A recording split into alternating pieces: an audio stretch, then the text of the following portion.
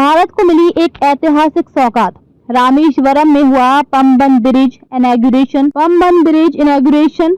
प्रधानमंत्री मोदी ने रामेश्वरम में किया ऐतिहासिक उद्घाटन। भारत का पहला वर्टिकल लिफ्ट सी ब्रिज जानी नया पंबन ब्रिज, क्या है खास? 550 करोड़ की लागत से बना रामेश्वरम का नया पंबन ब्रिज इनॉग्रेशन। समुद्र के ऊपर तकनीक और आस्था का संगम। रामेश्वरम को मिली रेल और समुद्री जीवन रेखा। पंबन ब्रिज से बढ़ेगा रामेश्वरम का पर्यटन और व्यापार।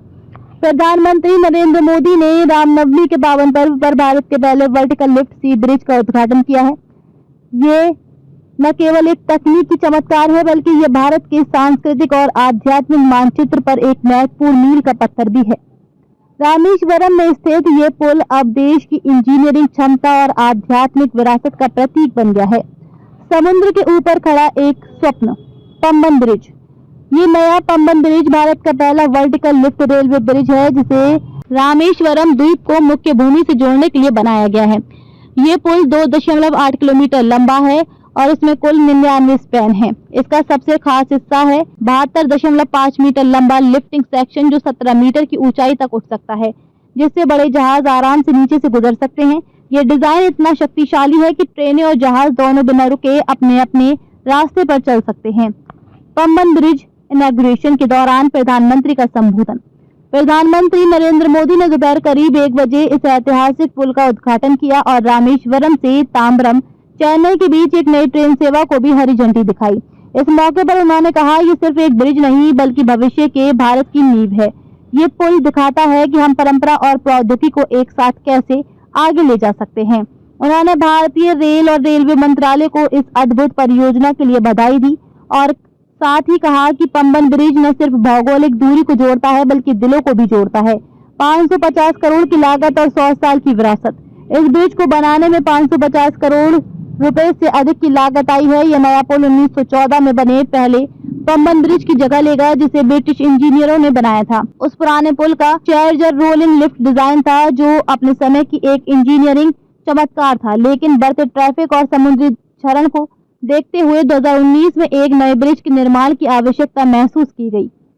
रामेश्वरम धार्मिक आस्था और तकनीक, भविष्य का संगम। रामेश्वरम हिंदू धर्म के 4 धामों में से एक और रामायण काल से ही इसका विशेष महत्व रहा है। माना जाता है कि भगवान राम ने यहीं से लंका जाने के लिए राम सेतु का निर्माण शुरू किया था। ऐसे में यहाँ पर पंबन ब्रिज इनॉग्रेशन होना अपने आप में धार्मिक और राष्ट्रीय गौरव की बात है। ये ब्रिज आज के आधुनिक भारत के आत्मविश्वास और उस आध्यात्मिक परंपरा के बीच का मजबूत सेतु बन गया है। आधुनिक इंजीनियरिंग की मिसाल। रेल विकास निगम लिमिटेड RVNL ने इस ब्रिज का निर्माण किया है। समुद्र की लहरों, चक्रवातों और भूकंप की संवेदनशीलता के बावजूद इंजीनियरों ने इसका मजबूत और सुरक्षित डिजाइन तैयार किया।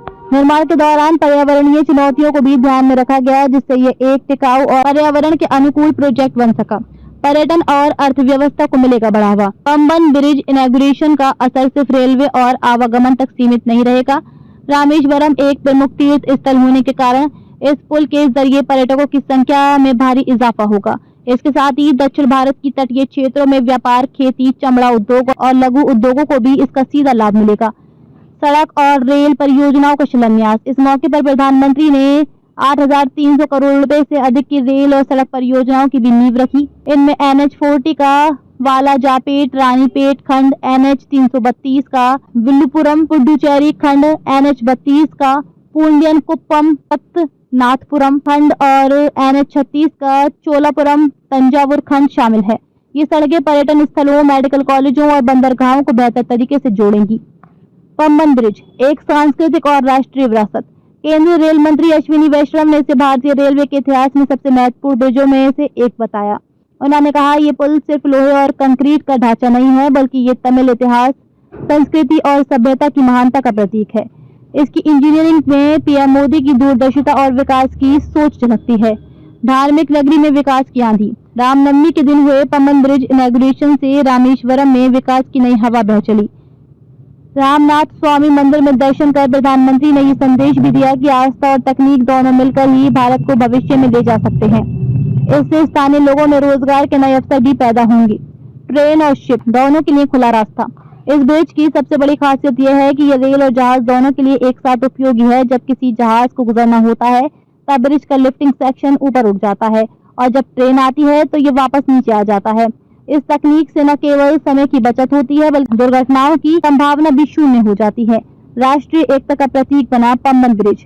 ये ब्रिज अब दक्षिण भारत को उत्तर भारत से और अधिक मजबूती से जोड़ता है। इससे ये संदेश भी जाता है कि भारत की विविधता उसकी ताकत है और हर राज्य की संस्कृति, भाषा और विरासत को आगे बढ़ाना सरकार की प्राथमिकता है।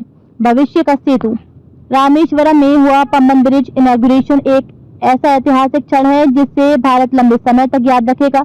ये पुल न केवल एक शहर को जोड़ता है बल्कि ये भारत को उसकी महानता, वैज्ञानिक सोच और आध्यात्मिक परंपरा से जोड़ता है। इस ब्रिज के खुलने से जहां तीर्थयात्रियों को सुगम यात्रा का लाभ मिलेगा, वहीं ये भारत की तकनीकी शक्ति और विकास के संकल्प का प्रतीक बनकर उभरेगा।